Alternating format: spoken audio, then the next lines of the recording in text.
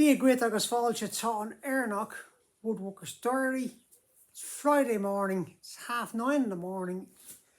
It's cold, but I have to say it's not raining, but it is quite overcast here in Ireland. It's the 4th of August. You'd imagine we'd be out in our t-shirt and shorts, and instead I have a jacket, I have a fleece, I have a heavy t-shirt, I have a cap, 2 pairs of socks in me boots. It's cold today. It's cold today. It's actually very cold. But that's Ireland for you.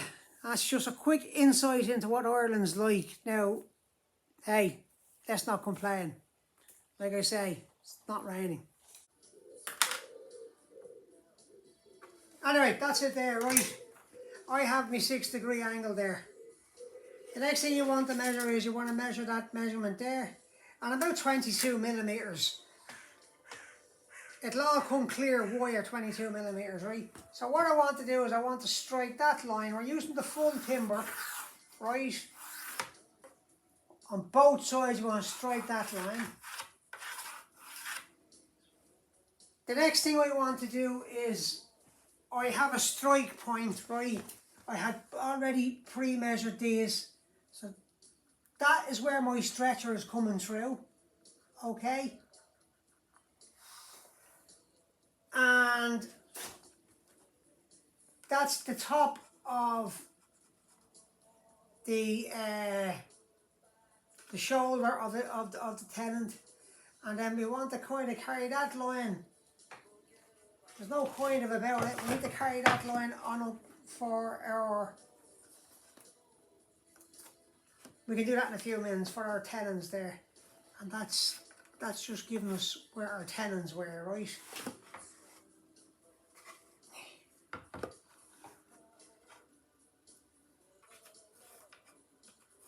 Okay. So this is our leg. This is our full width leg, and we now have our mortise point for our stretcher, and we have our shoulder for the start of the tenons, right? There's no other measurement we need there, that's it. We're now going to get our square, and we're going to square that through to give us our points, okay, for our true tenon.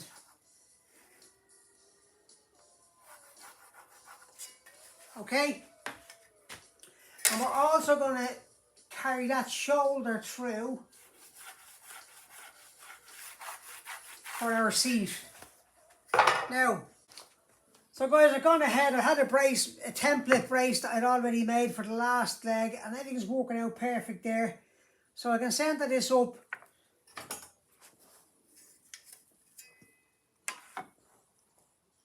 I can use my square, and I can mark those lines in there, so I know that this is the perfect brace for what I'm doing, right? So that's that. I have the brace set out.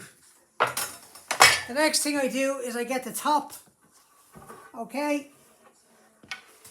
I sit the top on the shoulder line, right?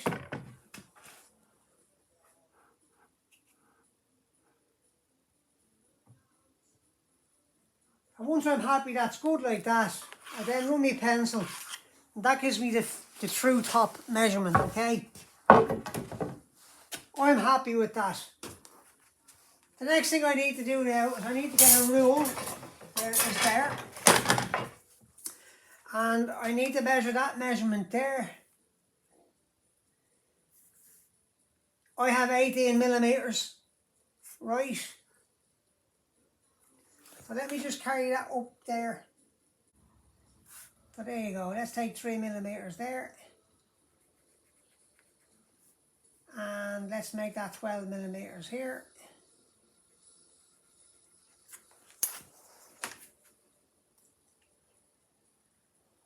Have our storyboard. I told you all about the storyboard earlier, right?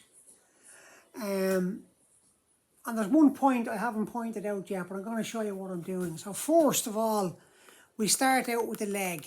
We hold the leg flush there, we check it with the bevel, and we mark that the full width of the piece of timber we're using. Right. The next thing is to mark out your brace, because you'll have identified marks on your leg to tackle them points there, and you'll run your brace in. So you now have the width of your tenon for the stretcher. If we look at the top, the leg goes all the way through. This is the thickness of the top, right? And here we have the tenon, a 12mm tenon.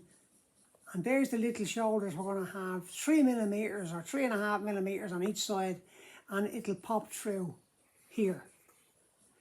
And that little line there is where we will eventually cut off. It's roughly about 2.5mm. We'll cut it off 1/16 of an inch, 1/8 of an inch if you want. And we'll cut that off there at that point. When we have the tenons fitting, when it's all fitting together, we'll do that. Now, there's one last mark you have to identify, right? So, I know that this edge is where this stool ends, right? This is where my tenons start.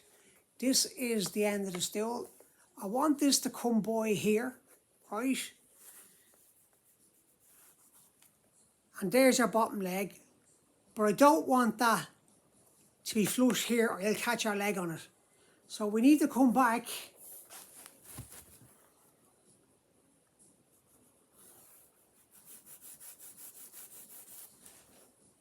sorry, I'm going to give you a measurement now for that. So again,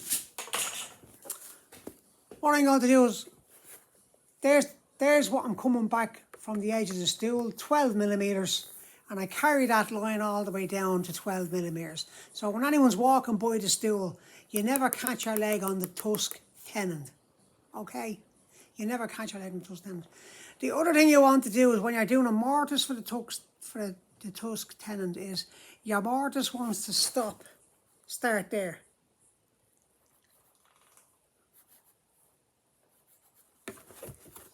Your mortise wants to start in about 2mm right there. And you can square it down. And it means when you drive the peg, you can pull it together nice and tight. Okay? Just 2mm behind that line. Perfect. Anyway, that's what you're looking at. You need your storyboard now. This storyboard is crucial now for you getting your top ready. Okay? And once you get the 4 set of measurements, you'll just take your measurements off the 4 sets, transfer it over, come back in your 75mm. It's exactly 3 inches to that point. That's where I kept it. And it'll all work out for you. Okay guys, just to give you a better idea of what we're doing, right? Okay. This is the full size leg, right?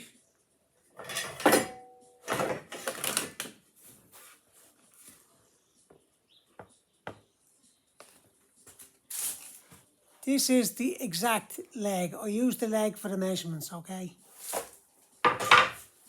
So you can see the leg, right, that we're coming right from the bottom, which is the floor level, up to the top of the stool, which is the full height, right?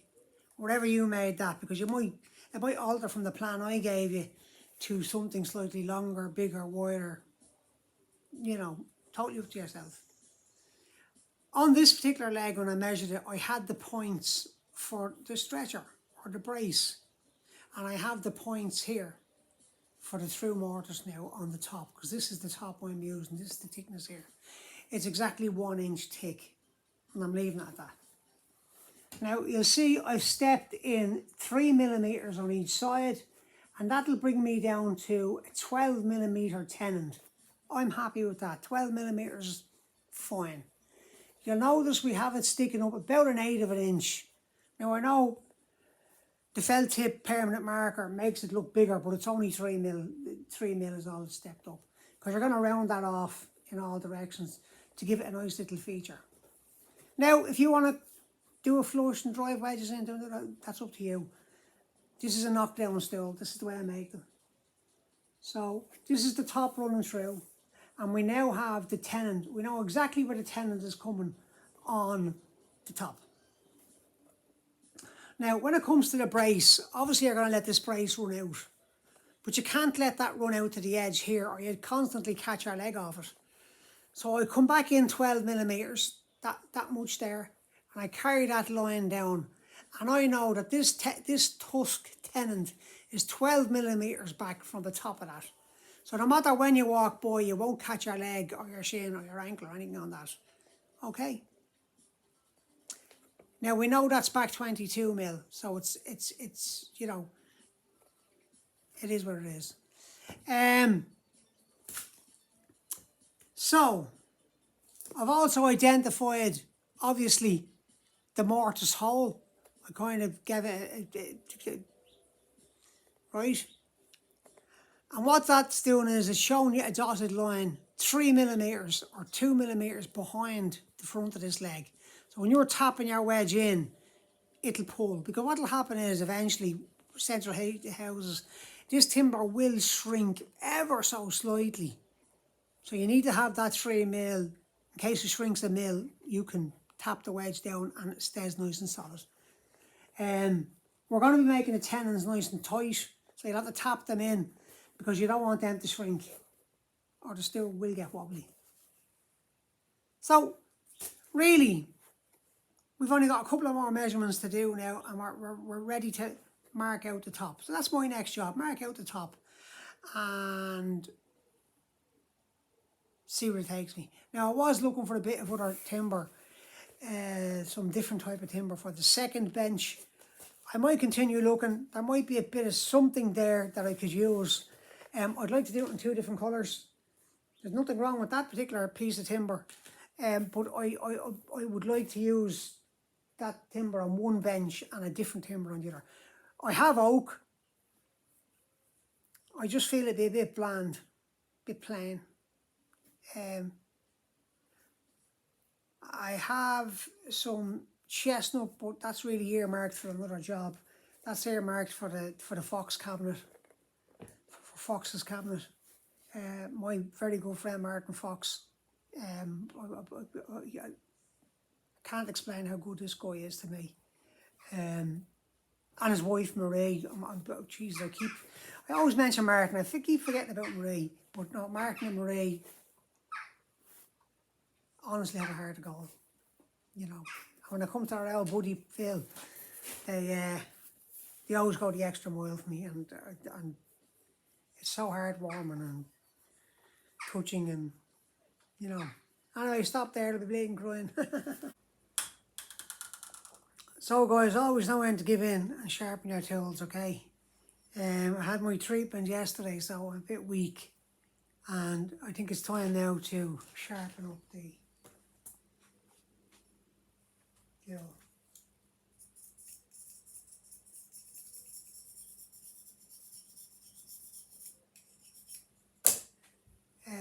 The other thing to do, guys, is to I'm going to use the oil stone, okay? Just going to use the oil stone. I'm going to find that bevel there. I'll lift it up a couple of degrees, and now this blade is wider than the oil stone. So if you work in a figure of 8 and skew the blade at an angle, it'll work for you.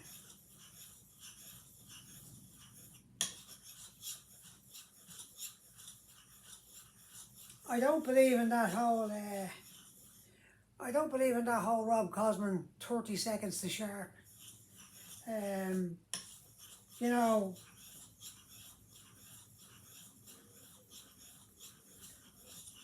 maybe it's because he can afford super duper.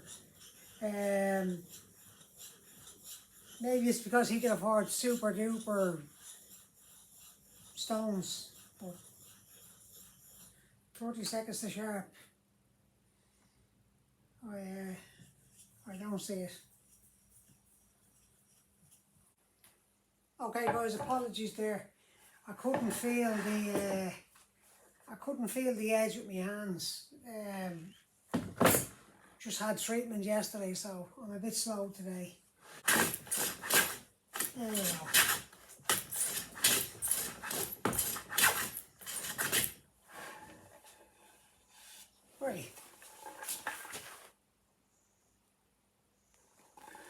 There you go. A lovely edge off that there now.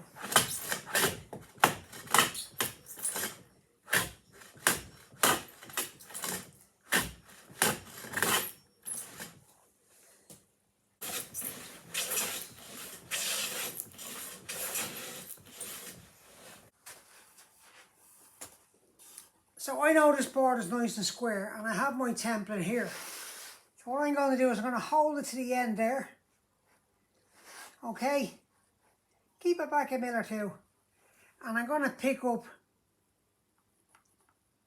that point there and that point there, and I'm going to turn the board around, and I'm going to pick up the same 2 points. Okay, that's that one there, and that's that one there. Okay. The next thing we need to do, guys, is we need to pair up these, right? Now they're good. They're very good, in fact, right? You want to pair them up. So we have 1 and we have 2. That's the way they're going to go in sitting. So I want this to be number 1. I'm going to write it on there on the shoulder, right? And I'll put it there, number 1. And I want this to be number 1 plus 2, right? And I write it there, 1 plus 2. That's just a reference point I'm giving it for myself, right? So number 1, right, this is where we want. So guys, what I need to be is I need to split the difference, and that works out at 1 1/16", which is roughly about 27 millimeters, right? Now once we get that point, we can mark this with a very sharp pencil, which I don't have.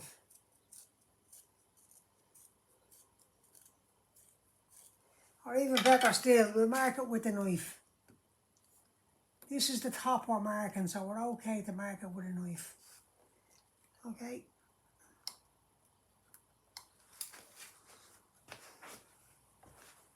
Mark there, right? And we're also going to call this number 1.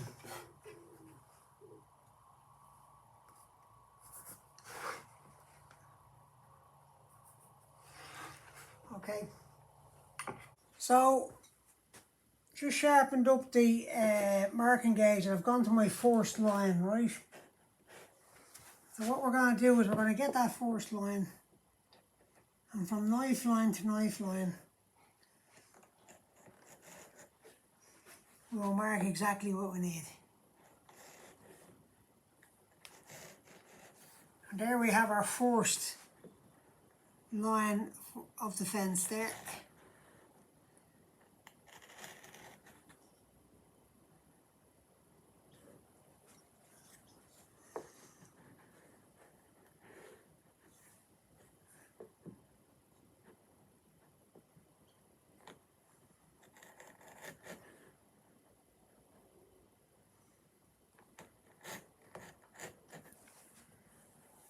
And that's a really nice deep cut, and I prefer this marking gauge over the wheel brace gauge. Now the other thing is you want to do a little nick at the corner there, right, and a little nick at the corner there, right. And turn this around, and we'll do the same. We'll repeat the we'll repeat it again. So just bear that in mind, and put your little nick on the outside. You'll be rounding off the outside, so you don't mind seeing the little nick on the outside. It'll be gone. Now that we have that one marked, we want to go exactly 12 millimeters, right? Exactly 12 millimeters. There we have it. Exactly 12 millimeters.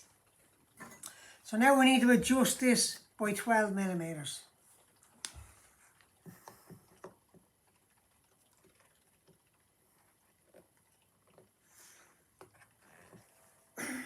And there we have it. So let's get on with our next mark. There, right, is that we can transfer them lines down there.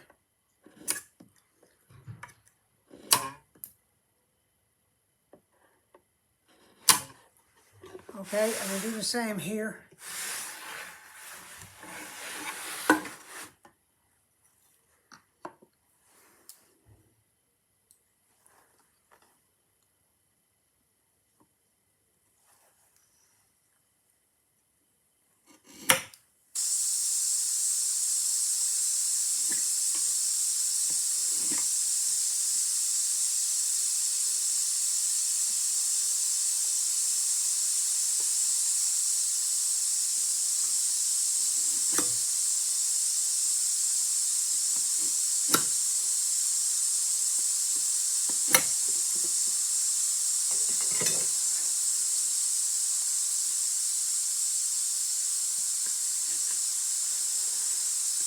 So guys, have that marked out. I don't know if my camera work is quite so good today.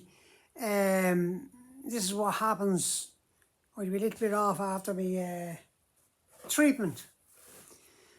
But it's Friday and I wanted to get this ready for Monday to post hopefully 2 more videos of the stools. So as you can see, we have nice clear mortise marks right in the middle of the top of the board, okay? And if I turn it around, I have through lines going all the way through, because the shoulders, the 3mm shoulder that we're going to have is going to hide the underside, all right? And then we're going to round off the bottom and the curves, and that'll take away any other marks that's on it. But on the front we must be 100%. Have to be 100%.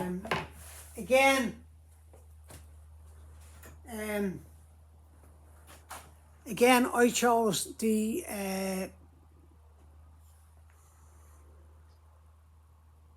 Joseph marbles, okay, because I think it's a better, I don't think it's a better, I know it's a better, it's a much better, what the hell is it? Okay. And a lovely point on it, very sharp, and it's much better than the Veritas. You have much more control over it, especially when they're marking in long mortises. This is a much better. Now that's my opinion. It's not everyone's opinion, right? That's my opinion. I prefer that one. Anyway, English craftsmanship. You know, you can't beat anything that these Brits build stuff. They built great tools back in their day, and this is the proof in the pudding. Even though we have all the fancy Veritas and Lee Nielsen and all of them, there's still thousands of these being pumped out into schools and carpenter's tools boxes, and great tool.